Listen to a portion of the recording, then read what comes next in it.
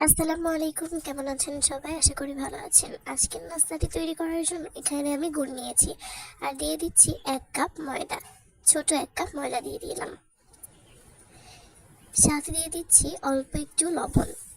এখন আমি হাতের সাহায্যে একটু নেড়েচেড়ে মিশিয়ে নিচ্ছি। ভালোভাবে নেড়েচেড়ে মিশিয়ে নেওয়া হয়ে গেলে অল্প একটু পানি দিয়ে আমি আবার মিশিয়ে নিচ্ছি। এখানে আমি অল্প অল্প করে পানি দিয়ে একটা ব্যাটার তৈরি করে নেব। তো সম্পূর্ণ পানি কিন্তু একেবারে দিবেন না, অল্প অল্প করে দিবেন এবং হাত দিয়ে এভাবে কিন্তু মিশিয়ে নেবেন।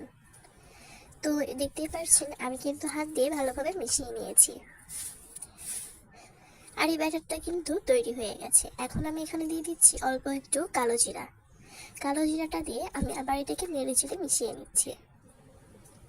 আপনারা চাইলে কাজটা কিন্তু চামচের সাহায্যেও করতে পারেন।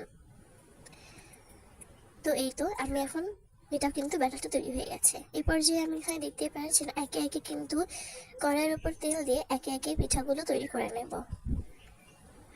আর হ্যাঁ, আজকের রেসিপিটি কিন্তু অনেক বেশি মজার হবে আর ফুলকো ফুলকো তৈরি হয়ে যাবে কোনো প্রকারের বেকিং পাউডার বেকিং সোডা ছাড়াই। ছোট 1 কাপ ময়দা দিয়ে কিন্তু সকালের জন্য মজাদার নাস্তা তৈরি করে ফেলতে পারবেন।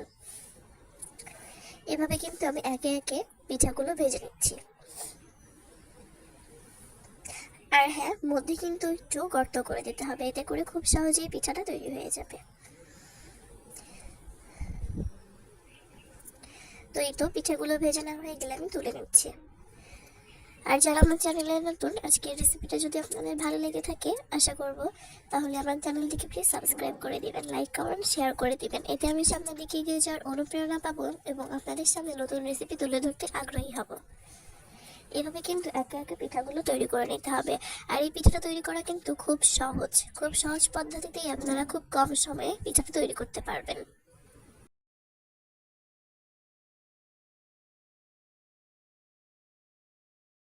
খুব সহজ পদ্ধতিতে এবং খুব কম সময়ে আপনারা এই রেসিপিটি তৈরি করতে পারবেন। আর যারা এভাবে তৈরি করেননি একদিন বানিয়ে কমেন্ট করে জানাবেন কেমন হয়েছে আজকের এই রেসিপি।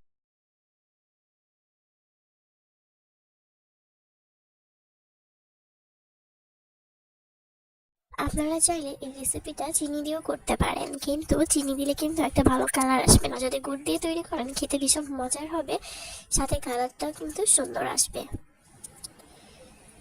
তো একে একে পিঠাগুলো তৈরি করে নিতে পারেন কোনো প্রকারের ঝামেলা ছাড়া। ভিতরে কিন্তু কোনো প্রকার কাঁচা ভাব থাকবে না, একদম পারফেক্ট হবে পিঠাগুলো।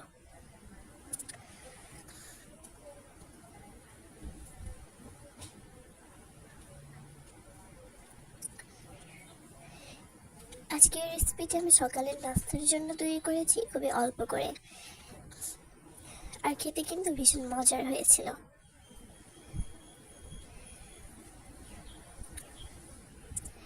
তো এই তো আজকের রেসিপিটা এ পর্যন্তই। আশা করবো আজকের রেসিপিটা আপনাদের ভালো লেগেছে। যদি আজকের রেসিপিটা আপনাদের ভালো লেগে থাকে তবে আপনার চ্যানেলটিকে প্লিজ সাবস্ক্রাইব করে দেবেন। বিদায় জানাচ্ছি, সবাই ভালো থাকবেন, আল্লাহ হাফেজ।